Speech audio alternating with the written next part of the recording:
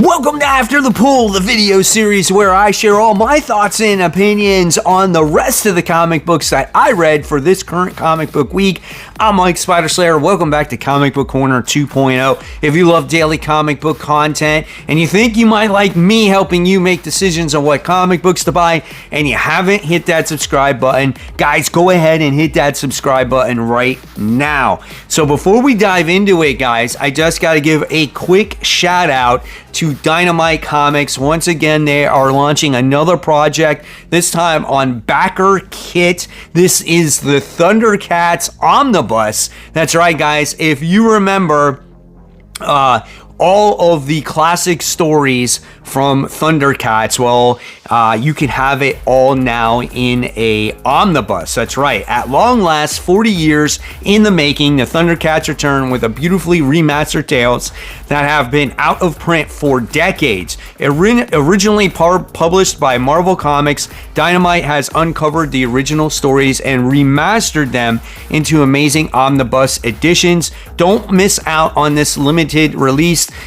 Make sure you sign up to get notified when this launches. Again, 7 days, 5 hours, 16 minutes, and 46 seconds upon this recording. There's 1,636 people that backed this project so far. So again, if you're a Thundercats fan, make sure you sign up for this backer kit. So like we do every week, we kick off the video with the speed round. That's right, guys. And the first book we're going to be talking about today is Avengers Assemble. This is issue 3. Fun little series here with a bunch of heroes that have teamed up to be this version of Avengers. If you love this roster better than the Avengers title that's going on, you'll probably like this one a little bit better, as they are doing, yes, battle against, once again, vampires. Not the greatest book in the world, but it is a fun read with some decent artwork. The next book we're going to talk about is Exceptional X-Men issue 3. I think if you're a Kitty Pryde fan, I think you're going to really enjoy this book because it really is centered around her on taking tutelage around these new mutants that have come into this story, right? And it really is very much a character development book, but I don't think this title is for everybody. Again, it's one of those things where if you like Emma and you like Kitty, I think you're gonna like this. There's a lot of sitting around, a lot of talking, not a perfect book, but again, it's okay. The next book we're talking about is Titans. This is issue 17. This one is kind of getting things going when it comes to the future of the Titans. It's the first, I would say, trial for Donna Troy as being a leader in this series, and they go against who is it? The Clock King, I think his name is. And obviously you learn a lot about that character and kind of like the stuff that he's dealing with and kind of the trials and tribulations that the Titans have dealt with. It wasn't the greatest story. If you're not a fan of this particular villain, you're going to be like, it's kind of boring. But it does lead into something a little bit better going into the future. But we have seen the trope before with the Titans. And then the last book we're talking about on the speed round this week goes to Miles Morales Spider-Man issue 26. I don't feel like this book had anything to offer that was anything new. I felt like Cody Ziegler's kind of repeating himself with Miles fighting the Vulture and the struggles between Tiana and her grandfather, and still with Miles dealing with his vampirism. Great artwork. There's a lot of action in this book, but we also get Black Panther thrown in here, and now we're going to Wakanda. If you're reading continuity issues, if you're into the continuity stuff, like Black Panther's not even supposed to be in the Marvel Universe right now. He's like in some pocket dimension. So again, it's just a different story, different title, so different writers do different things. That's just the way it goes sometimes. Batman and Robin Year 1, this is issue 2. This is a 28-page comic for the price of $3. This one's written by Mark Waid and Chris Samney. I think these two paired up do a great job. I love the absolutely gorgeous artwork in this book. It's so good. Like, it just reminds you of this simpler time when it comes to Batman and Robin. Obviously, Dick Grayson is Robin here. And just the way Sam Neill draws his characters, he has this very, like, I don't know, this classic style when it comes to the characters' facial expressions, right? And again, it just brings you back to maybe more of like almost like a Silver Age time. And just seeing kind of like the banter back and forth between Bruce and Dick is absolutely priceless. And that's what makes this book. And you do wind up getting to see like kind of like, I don't know, children's services come, or the adoption agency or whatever they are, come to check on Bruce to make sure that he's taking care of Dick in the right manner, right? Otherwise, they could take him away. And then in the meantime, you do wind up seeing Harvey Dent in this comic as well, kind of planning things, scheming things, and then you get some really cool action scenes at the end of this comic book, and you wind up seeing Dick Grayson really be the hero and kind of Bruce earn the trust. But this book is a phenomenal book. I really love this one, and I'm going to give this one an A. I was a little bit on the fence at the end of the last issue, but this really solidifies that I'm going to be continue reading the books. But really, that Chris Samney artwork is absolutely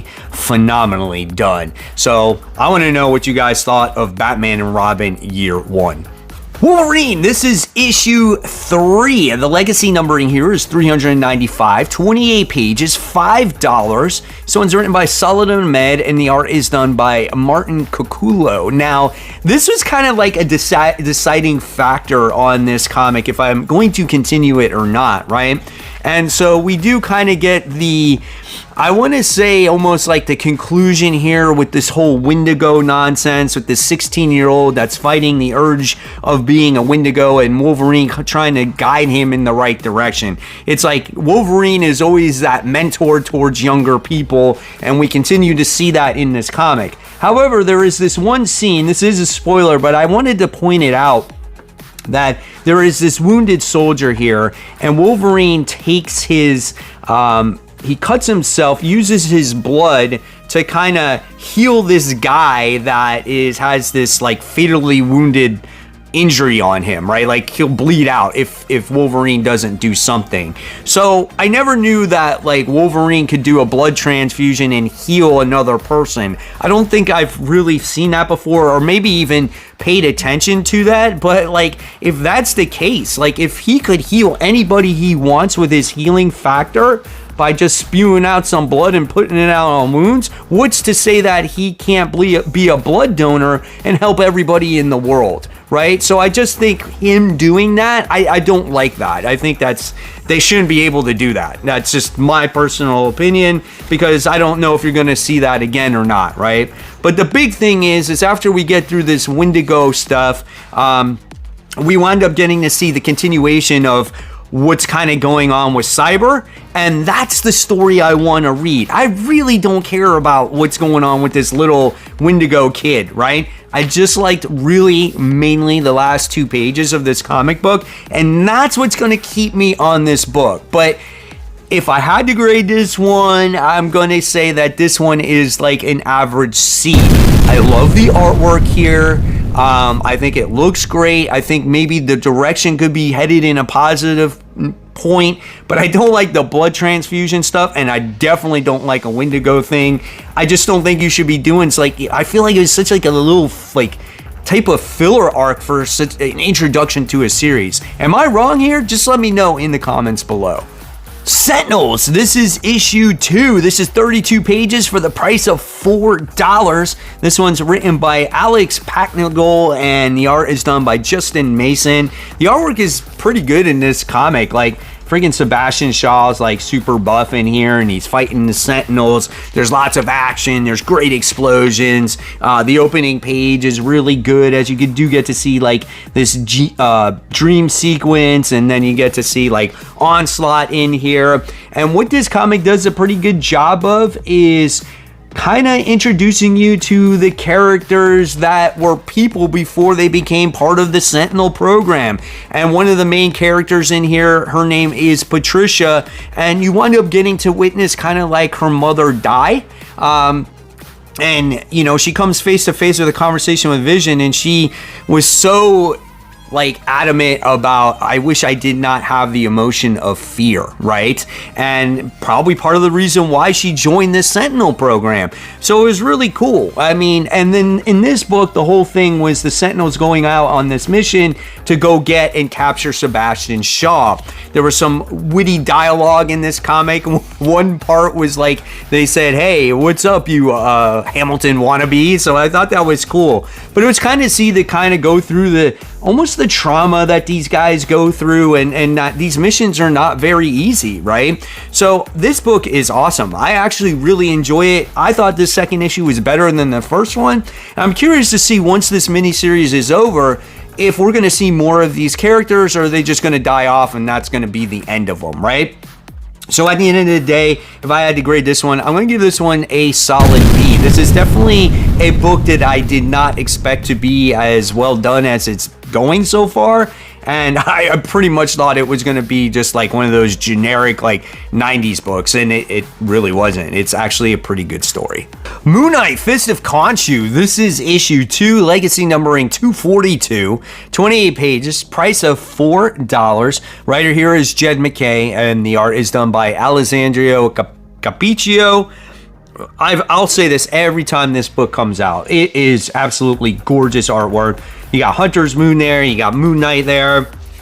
You got Moon Knight doing battle against this enemy by the name of the Cubist, who basically makes you trip and you lose all depth perception, fighting skills, and it's just one trippy fight, right? It was a wonderful like spectacle to see when it came to reading this comic book. Now, the real thing why this happened is because there is this new guy that's setting up shop in Moon Knight's territory. His name is Achilles Fairchild, and he's creating this drug, and it's highly addictive. And in the beginning, you wind up seeing Moon Knight go to the Impossible City trying to get some help when it comes to finding out the the addictive agents in here and how to solve a cure for these people that are addicted to this. And actually, Tony does give him a name on who the person that can actually help him, and it's revealed to Tigra at the end of this issue on who that person is.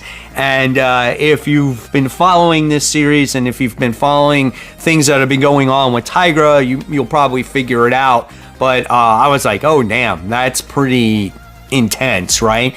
So once again, when it comes to the Moon Knight series, I feel like Jed McKay has a really good handle on it, and this is probably his best book that he currently writes right now. So this one was a lot of fun, and I'm going to give this one a B+. Definitely entertaining read. Again, the Cubist fight was the best thing in this comic book. Now I'm interested to see how the story progresses going forward.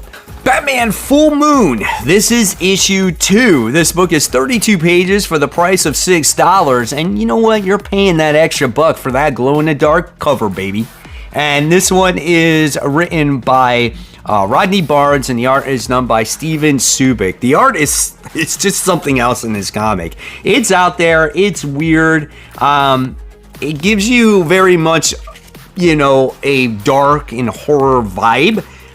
But I just feel like sometimes it's too dark, and I feel like that it doesn't always work, right? I would have loved to seen a different artist in this book. It's unique, I give it that. It's doing something a little bit different, but I would have loved to have seen an artist that puts a lot of detail in a comic book instead of hiding it in very like dark shades and colors and things like that, right?